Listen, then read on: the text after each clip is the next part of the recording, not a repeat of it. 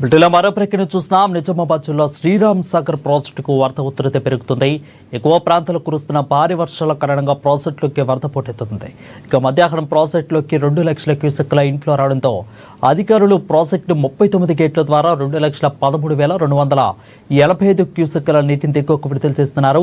Project పూర్తి స్థాయి నీటి మట్టం 1091 అడుగులు కాగా ప్రస్తుతం నీటి మట్టం 1090.9 అడుగుల వద్ద కొనసాగుతుంది.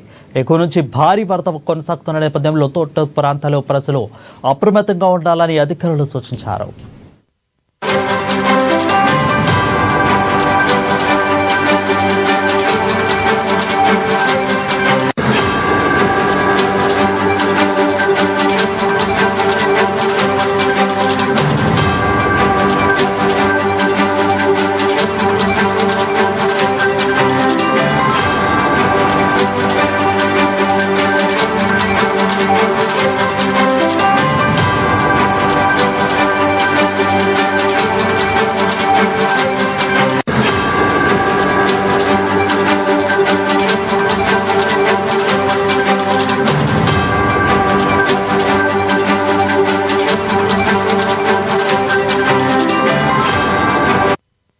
ఇక నిజామాబాద్ జిల్లా శ్రీరామ్ సాగర్ ప్రాజెక్టు వరద ఉధృతి కొనసాగుతుంది. ఎక్కువ ప్రాంతాలు కురుస్తున్న భారీ వర్షాల కారణంగా ప్రాజెక్టులోకి వరద పోటెత్తుతుంది.